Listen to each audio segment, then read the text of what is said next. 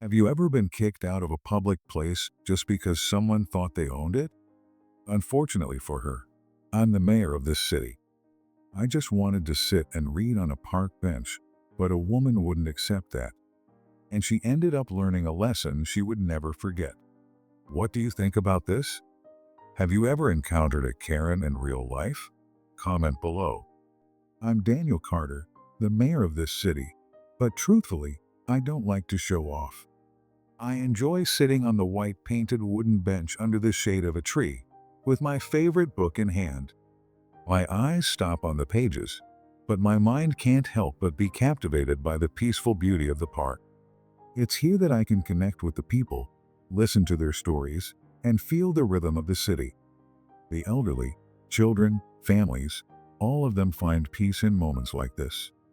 And for me, the park isn't just a place to relax after a tiring workday, but a place where I can truly feel the heart of the city. But then, something happened that shattered this perfect picture. One autumn afternoon, like any other, I was comfortably sitting on the white painted wooden bench, my favorite book resting on my lap, closing my eyes to take a deep breath and enjoy the fresh air.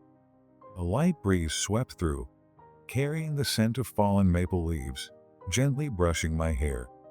The yellow leaves drifted from above, spinning in the air before softly landing on the ground, creating a golden carpet beneath my feet. Everything seemed to slow down, serene, with only the rustling of the wind and the distant birds singing filling the space. But just minutes into enjoying this peace, I suddenly felt a cold stare directed at me, an inexplicable sensation, as if someone was trying to peer into my soul. I opened my eyes and looked up, and immediately saw a woman standing not far from me. Her face was very familiar. It was Karen, the nickname people in my neighborhood gave to Whitmore. She was staring at me with a sharp, icy gaze, full of arrogance and disdain. She crossed her arms in front of her chest, standing directly in my way, not saying a word, just looking at me as if I were occupying her space. Before I could say anything, she opened her mouth. "You need to leave immediately. This is my bench." Her voice was high-pitched and sharp, almost unbearable. I was a bit surprised, not understanding what was happening, but I remained calm. Smiling lightly, I responded, "Sorry, but this is a public bench, right?" She didn't stop, and her tone grew even sharper and more rigid. "I've been sitting here every day for 10 years, and everyone knows this is my bench. You can't sit here." Every word she spoke felt like a stab to me, as if I were intruding on territory she considered her own. I could feel the arrogance in every sentence, but I decided not to let things escalate too far. "Ma'am, I understand you like to sit here, but I'm just someone who came to the park to relax, like everyone else," I replied, trying to keep my tone gentle yet firm. She looked at me as if I had said something foolish. She sniffed, kept her arms crossed, and continued standing in my way, not budging. "No matter how much you try to reason, it's useless. This bench is mine. Everyone knows that." Now I could feel frustration creeping in. This was a public park, and I couldn't let her claim it as her own. But instead of getting angry, I decided to handle the situation politely, albeit a bit surprised. I looked into her eyes, keeping my voice calm, trying not to let my emotions overpower my reason. "Sorry, but this park is for everyone. You can't just assume that a public bench belongs only to you." She immediately flushed, her face tense, and the anger erupted in her eyes. She shouted, "Don't invade my personal space. If you do, I'll call the police right away." Her voice cracked, full of hostility. The entire atmosphere around us suddenly became tense, as if anyone nearby could hear the anger in her words. A moment of silence followed her threat, with only the sound of leaves rustling in the wind and the pounding of my heart. I just shrugged, showing no sign of concern, as if she was just talking about something trivial. "Well then, let's see who really has the right to be here," I replied, my voice still calm but firm. Karen looked at me, her eyes seeming to light up, as if she sensed I wasn't just an ordinary person in this park. She stepped back, seeming not to expect that I would respond like that. But I didn't stop. I pulled out my mayor's ID card from my jacket pocket and slowly opened it in front of her. "Here, my ID. I am the mayor of this city," I said, my voice resolute. She blinked a few times, her eyes flashing with panic for a few seconds. That look seemed to not believe what had just happened. She stared at the ID card, as if not trusting her own eyes. The whole space seemed to calm down, and I could sense the change in her expression. Suddenly, her face turned pale, and she tried to steady herself, but the panic in her eyes was impossible to hide. But then, in just 3 short seconds, the panic disappeared and was replaced with strong resistance. She snapped back in a tone that still held arrogance but now carried a hint of tremor. "So what if you're the mayor? You don't have the right to order me around.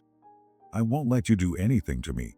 She crossed her arms, seeming to reassure herself, but in her voice, there was no longer the confidence she had before. The whole park seemed to stop, every eye was on us, and the air around us suddenly felt suffocating and heavy. Erin began to feel that my resilience was putting her at a disadvantage, but instead of backing down, she turned to the people around her, seeking support. She shouted, "Look at this. The government is just people. They don't have any more power than we do. They can't just come here and impose their authority on us like this." She looked at each person, repeating her persuasive words, trying to sow doubt about my authority. But, to her surprise, no one spoke in support of her. A few people looked at her, then turned away, while others stood silently, not showing any interest. Karen's sense of insecurity became more evident as she realized no one was on her side. She bit her lip, lowered her head, then turned back to look at me with a challenging stare. But at that moment, a deep voice, full of confidence, came from behind. An elderly man standing nearby, his hair completely white and his eyes sharp, spoke. "Whitmore, I've seen you kick at least 10 people off this bench already," he said gently but firmly, as if this was a truth everyone in the park knew. He stood tall, looking at Karen with a sharp gaze, as though he had witnessed her actions too many times. Karen looked at the old man, her face immediately tightening. She tried to retort but couldn't. Stopped by the man's words, she just stood still, unable to say anything more. But at that moment, a soft, feminine voice rang out, carrying both anger and determination. A young mother, holding a small child in her arms, walked up. She looked at Karen with eyes full of resentment and spoke. "I had to stand and hold my child because she wouldn't let me sit down for a moment," she said, her voice steady but full of emotion, as if releasing a long-held anger. "Just because I needed to sit and rest for a few minutes, she kept pushing me away. I can't believe she treated me like this." Karen looked at the young mother with a defiant glare, but this time, her gaze was weaker. She no longer had the arrogance she had at first. The mother and the elderly man, whom Karen thought would side with her, had now clarified the truth about her actions. The atmosphere around them began to grow heavy. The entire park seemed to quiet down, with every eye fixed on Karen. But she still stood there, not admitting any wrongdoing, just looking at us as though searching for one last chance to turn the situation around. I felt I couldn't let this incident slide. Things had gotten too tense, and Karen was not only occupying public space, but was also openly challenging my authority. I couldn't let her continue behaving like this. I lifted my head and gave a firm command. "Call the park management team immediately. We need to resolve this once and for all." A few minutes later, 2 members of the park management team approached. They were familiar faces, their expressions anxious as they saw the tense situation. I pointed at Karen and said to them, "She's occupying this park bench and not letting anyone sit. Resolve it right now." Karen heard this, turned to us, her eyes full of defiance. "You have no right to do anything. I'll sue the government for this," she said, her voice sparking like a flame, full of anger as she tried to prove that she was not afraid. Park manager Matt looked at her with patience, but the calmness in his eyes was what gave me reassurance. He walked up to Karen, his voice even and composed. Actually, if you keep causing trouble like this, we could fine you for disturbing the public order. This is a public park, and no one has the right to occupy a bench arbitrarily, no matter who they are. She gasped, her face turning from anger to pale. Karen's eyes flashed with panic, as though she had never imagined that occupying a public bench could lead to such serious consequences. She fell silent, unable to speak, just standing there with her lips pressed tight, her eyes still fixed on the manager. The atmosphere around them became still. People nearby began to whisper, a few shaking their heads, as though they had become accustomed to Karen's behavior. An elderly woman nearby muttered, "She keeps doing this, and no one dares to stop her, but now it's time to face the consequences." Karen turned around, her voice now weaker. I don't know." But she couldn't finish her sentence. She looked down at the ground, as though trying to figure out how to retreat without losing face. The sense of lost power was palpable, like a great defeat. Matt didn't give her a chance to react further. He spoke gently but firmly. "If you don't want more trouble, I suggest you leave right now and not repeat this behavior. This is the only warning we're giving you." Karen didn't say anything else.